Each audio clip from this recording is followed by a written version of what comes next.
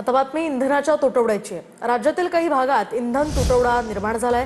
वाशिम जिल्ह्यामध्ये सलग दुसऱ्या दिवशी डिझेल टंचाई आहे। जिल्ह्यातील जवळपास 60% पेट्रोल पंपांवर डिझेल नाहीये, तर बुलढाणा जिल्ह्यातील 166 पंपांपैकी अर्ध्यावरून अधिक पंपांवर पेट्रोल डिझेल मिळत नसल्याच्या तक्रारी आहेत। दरम्यान रत्नागिरी जिल्ह्यामध्ये सुद्धा दुसऱ्या दिवशी सीएनजीचा हा तुटवडा निर्माण झालाय। पहाटेपासूनच सीएनजीसाठी पंपाबाहेर रांगा लागल्यात।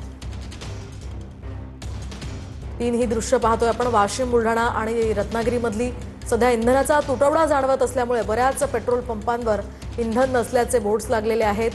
तर त्या ठिकाणी तब्बल 450 रिक्षा सीएनजीसाठी रांगेत आहेत। एकूणच हे मोठं इंधन तुटवड्याचं हे संकट सध्या महाराष्ट्रामध्ये जाणवतंय।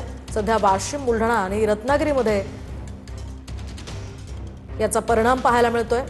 अनेकांच्या तक्रारी आहेत, इंधन मिळत नसल्याच्या या तक्रारी पाहायला मिळत आहेत। सलग दुसऱ्या दिवशी डिझेलची टंचाई या ठिकाणी भासतीये। डिझेल नसल्याचे बोर्ड्स या पेट्रोल पंपांवर लागल्याचं आपण पाहतोय।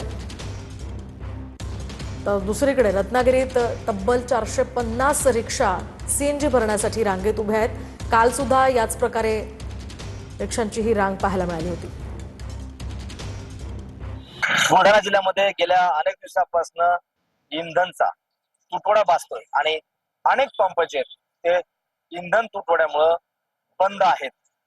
पंपावरती डिझेल नाही, पेट्रोल नाही अशा पद्धतीचे बोर्ड लावलेले आहेत। आपण बघू शकतो।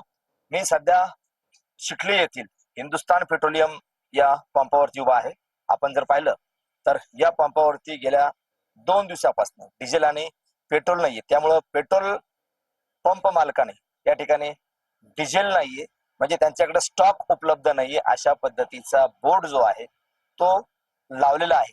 कॅमेरामन निलेश देशमुखचा गणेश सोळंकी, टीव्ही 9 मराठी, बुलढाणा।